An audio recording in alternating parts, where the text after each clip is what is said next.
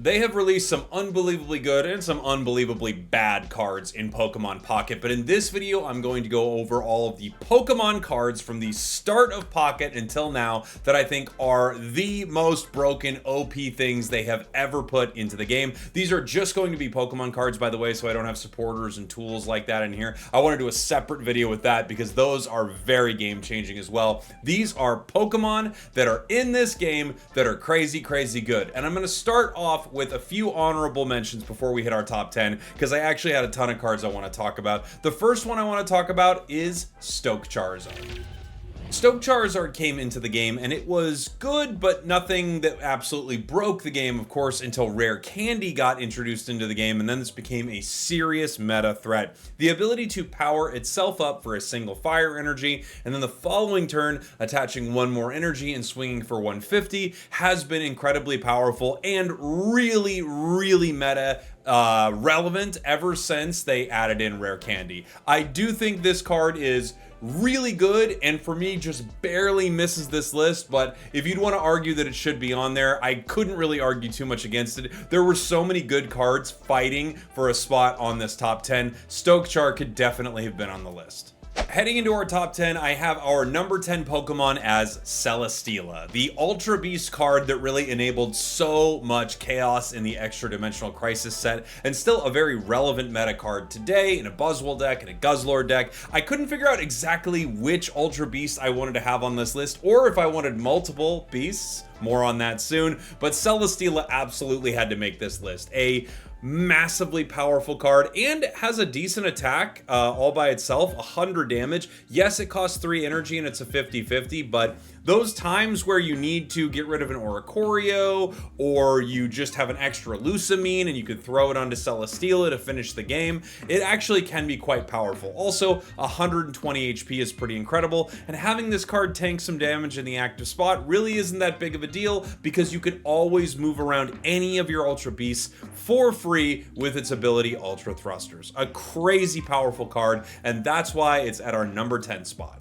My next is an honorable mention. This is not our number 9 spot, but this is Guzzlord EX. Guzzlord is a crazy powerful card, a basic with 170 HP and 2 different attacks with Grindcore and Tyrannical Hole, able to do 30 damage and possibly remove some energy, guaranteed to remove 1 with Will, by the way, or 120 damage with Tyrannical Hole. This, of course, being paired with things like Celesteela, allow it to move around the battlefield, even though it has a 4 retreat cost. This is a really good card, and it's been meta relevant ever since it has dropped. I also wanted to talk more about some of the other Ultra Beasts, but this one felt like it just barely missed my list, but I do think it's going to be a relevant card for a long time. Number 9 is a card that I often talk about that I cannot believe it is not an EX card sometimes, and that is Rampardos. Rampardos is disgusting. The drawbacks Rampardos has really does not make up for the fact that this card is so unbelievably powerful. 150 HP, it is a stage 2, but it's a non-EX. 1 single fighting energy allows you to hit with Head Smash and deal 130 damage. Of course, its drawbacks are you need to get a fossil on the bench, you then need to evolve Rampardos either with Rare Candy or through Cranidos, and of course if you KO your opponent with Head Smash, you take 50 damage. However, I don't think any of that is enough of a drawback for how unbelievably good this card is. When I first started making this list, I thought Rampardos might be higher on this list, and again, dude, there are so many good cards. There are so many good arguments. I could see it being even higher. This is one of those cards that always shocks me. It's not an EX, so that alone I think speaks to how powerful this thing is. If they made Rampardos EX, what would it do? Like, what would be better than this? It's hard to think. Number 8 on our list is another non-EX card that I think is amazing from Extra Dimensional Crisis, which was a really great set for meta cards, and this is Silvally. Silvally is crazy good, a non-EX able to hit for 100 damage for only 2 energy, as long as you are using a supporter card, and you just you know, fill your deck full of supporters and you're able to do a ton of damage. Not only that, this is a colorless energy, right? So you can put this into many different decks, and ever since this card has been released, it found many different homes in the meta, and I think it can continue to do so. An unbelievably powerful card. Also a 1 retreat cost once it's stage 1, which is pretty awesome. Our next card, the entire set was really built around, and that is Arceus EX in the Triumphant Light set. 3 colorless energy allows you to do 70, 90, 110, or 130 damage, depending on how many Pokemon you have on your bench. Its ability means you cannot be affected by status conditions, and it has a pretty solid 140 HP. Oftentimes you will put a giant cape or something on this Pokemon to make sure that it can't be one-shot. Arceus is just amazing, and you can always find it filling in different decks, because again, with something that has colorless energy, you can find a lot of opportunities to put this card in, and as long as you plan on filling your bench, you have a good opportunities to start sweeping your opponent's Pokemon with a really powerful card. And something strong like this, not worrying about status conditions, does always mean that if status conditions become super popular in the meta, Arceus just gets better and better and better. Right now it feels like it has a home with babies and Oricorio and things like that, and yeah, I get it. Arceus is great, and I mean, it makes sense. It's God, after all.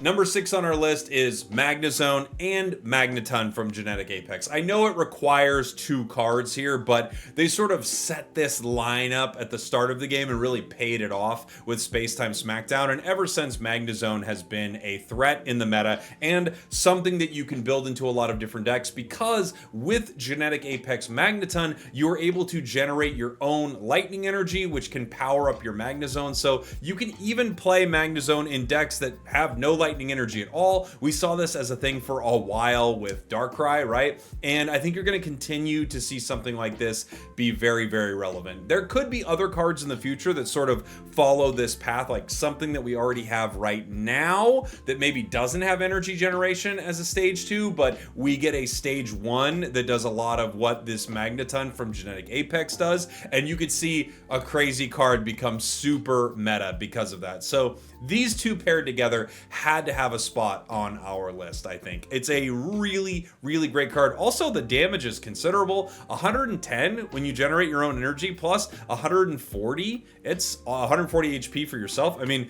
an awesome card. Before we hit our top 5, I want to hit another honorable mention right here that did not make this list, and that is Solgaleo EX. Solgaleo is a really cool card, able to do absurd damage and able to essentially pull anything out of the active spot using its ability Rising Road, move right in and deal a ton of damage. I think the thing that's always made this such a great card is that you can get it online very quickly, of course, with rare candy, and then only requiring 2 energy just makes it really, really scary in a lot of situations here. It also is pretty good into things like Sylveon, right? Able to crack it for a single hit and KO Sylveon EX. There have been some metas that have been kind to Solgaleo, some that are not so kind, but in general, I think Solgaleo is a great card and just didn't quite make our list.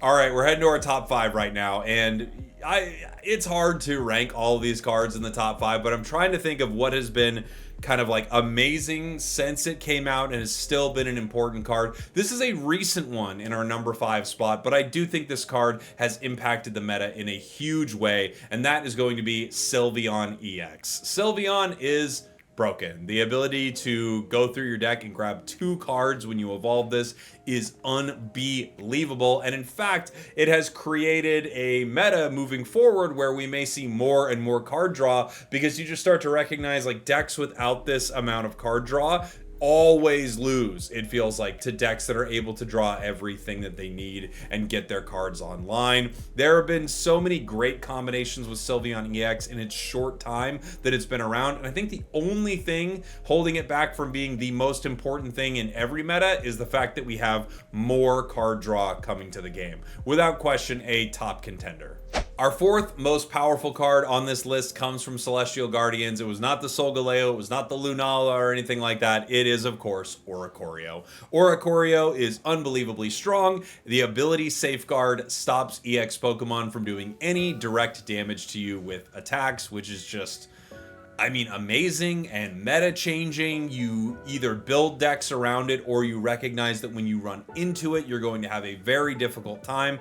Ori is, for me, a great card. I think it's made the meta more exciting. For some people, an annoying card to fight. But there's no question, wherever you fall on the side of whether you like or don't like Ori, you have to agree it is extremely powerful and relevant in any meta. Until we have something that gets rid of abilities, right? But until we have that, Oricorio is a meta staple.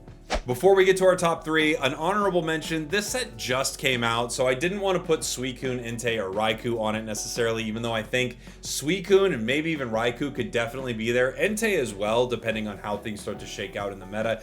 So strong. The ability to draw cards in the active spot is incredible. They're really new though, so I want to see what has a little more staying power before I end up putting it as a top spot on this list. But shout out to the elemental beasts, the legendary dogs.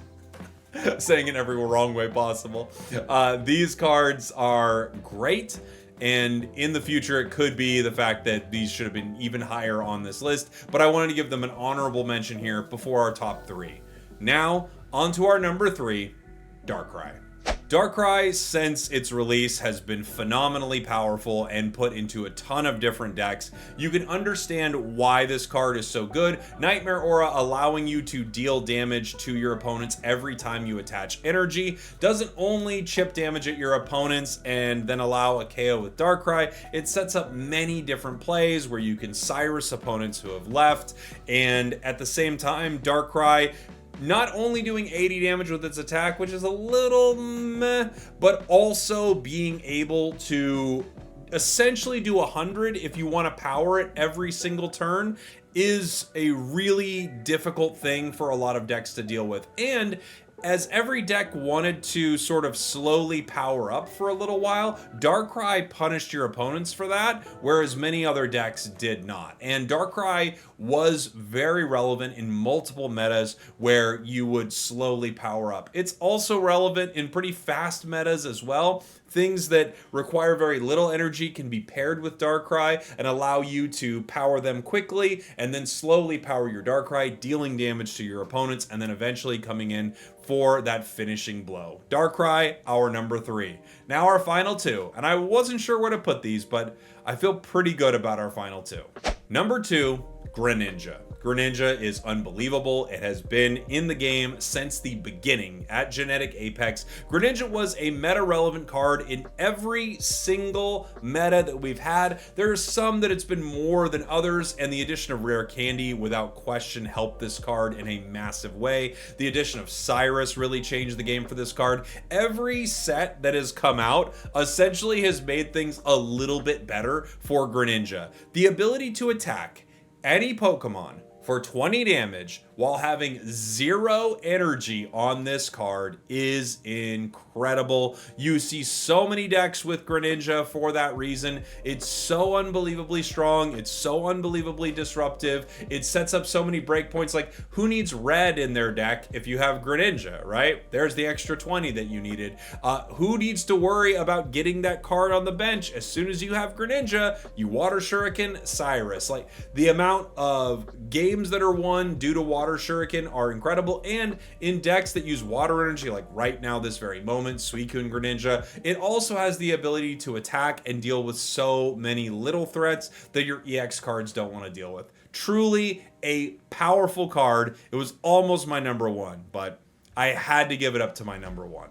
Number one, Giratina EX. Giratina EX has been one of the best meta cards since its release. It created Darktina, thanks for that, buddy, but it also created so many other decks.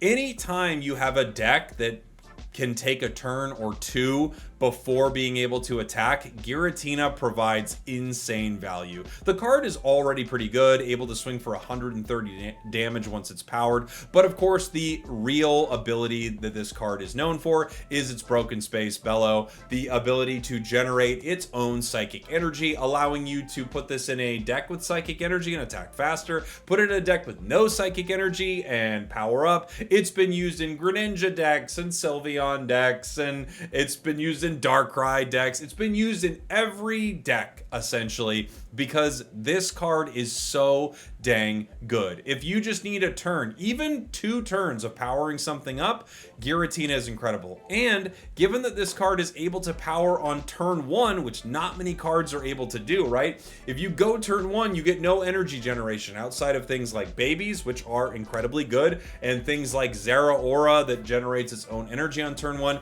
Giratina able to generate energy turn 1, I think is just so dang good. It's one of the most broken things about it, but this card definitely deserved our #1 spot. And now, before I go, the honorable mention of baby cards. While I think they are all really good and you could make an argument for any of them making it on this list, I do think they're sort of a category of cards that are very meta relevant and good, and new ones coming out could be good for a long time. Different ways of generating different energy. I mean, I wonder what's going to happen if we get one that ever generates fighting energy or something like that. However, it did feel like they were sort of a category of things and almost not exactly the Pokemon I was talking about, but I had to mention them in this video. What card did I forget? What do you think is unbelievable that I left off this list? There are like 2 I can think of that definitely could have made it on here, but there just wasn't enough room. Thank you all for watching. Thank you for listening. I hope you enjoyed this. I love you, and I'll see y'all next time. We did it.